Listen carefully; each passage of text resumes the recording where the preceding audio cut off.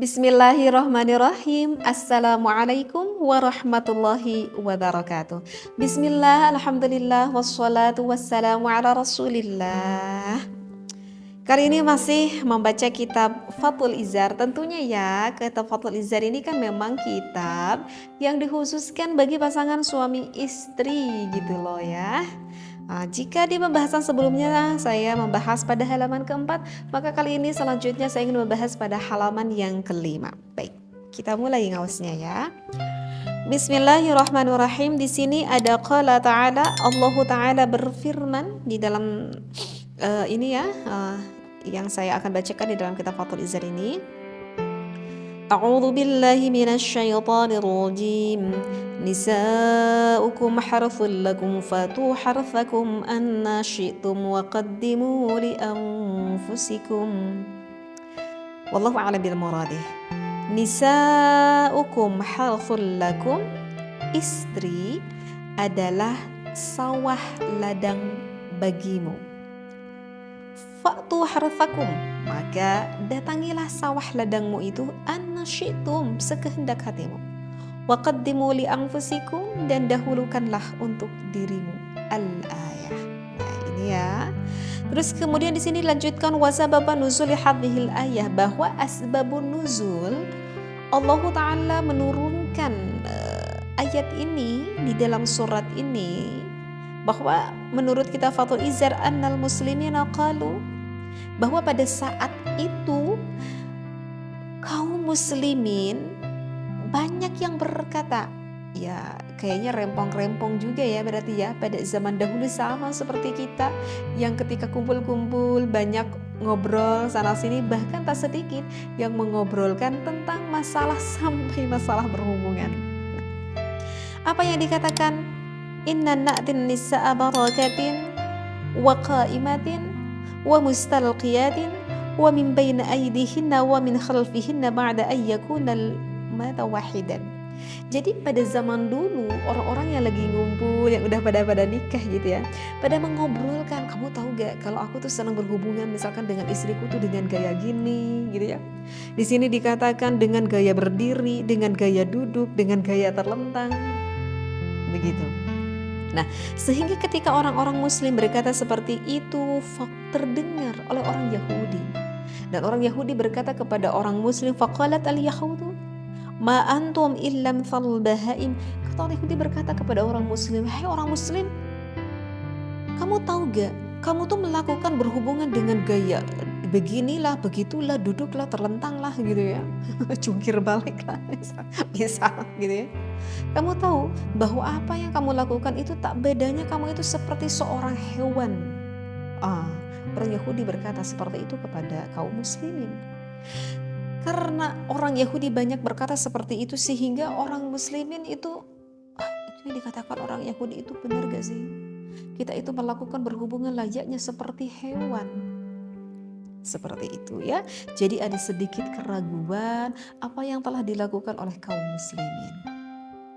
Maka sehingga di sini diluruskan, fa'akdzaballahu ta'ala al-yahuda, maka Allah mendustakan kepada orang kaum Yahudi.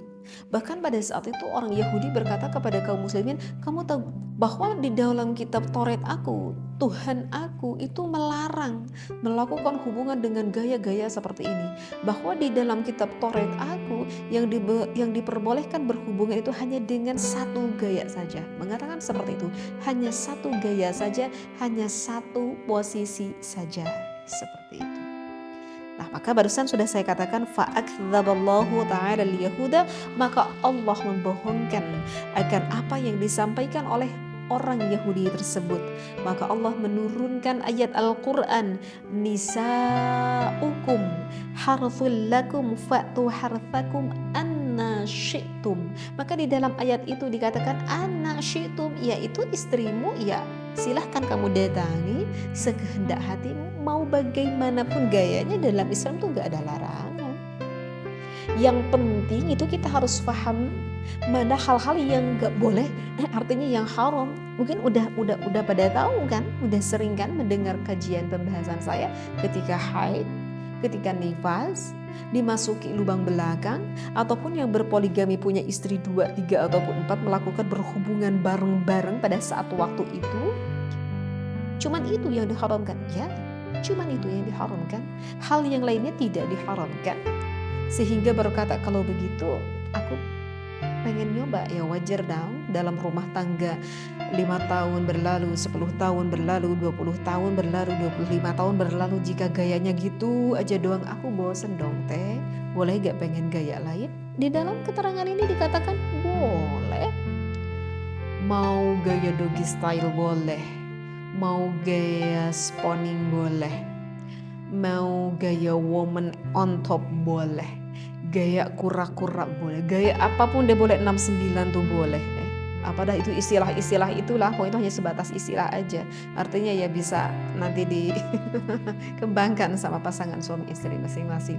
Itu tidak perlu ada keraguan, hukumnya adalah diperbolehkan. Seperti itu. Hanya saja mungkin dengan berbagai gaya yang berubah-ubah, wajar jika ada salah satu pihak pasangan merasa kaget karena belum pernah mencoba dengan gaya ini. Misalkan contoh seorang suami yang meminta pada istrinya, misalkan pengen dengan posisi seperti sujud gitu ya, misalkan doggy inisial, dan istrinya itu kaget bener karena belum pernah melakukan hal seperti ini. Dan ketika melakukan hal itu, yang dirasakan oleh istrinya merasa tak enak sekali, bahkan merasa sakit karena pertama kali pengalaman pertamanya, maka sang suami tidak boleh memaksa istrinya, ya. Karena ketika kita dalam melakukan berhubungan harus senang pada senang, suka pada suka, ridho pada ridho. Tetapi ini suaminya pengen banget, bersabarlah suami. Mungkin ketika esok harinya dicoba kembali, esok harinya, dan esok harinya, siapa tahu yang tadi istrinya merasa kesakitan dikarenakan sedikit-sedikit mencoba sehingga istrinya mendapat kenikmatan ketika dilakukan dengan gaya seperti itu. Ya, artinya bersabarlah, proses sedikit-sedikit ya. Karena kalau misalkan istrinya merasa kaget, wajar, namanya juga ada sesuatu hal yang baru ditemui. Oleh karena itu ya pinterlah bagi pasangan kalian masing-masing bagaimana mencumbu pasangan kita agar bisa saling memuaskan dan juga menyenangkan. Oke, mungkin tadi intinya yaitu anasyitum, boleh kalian lakukan sekehendak kalian, sesama kalian saling meridhoi.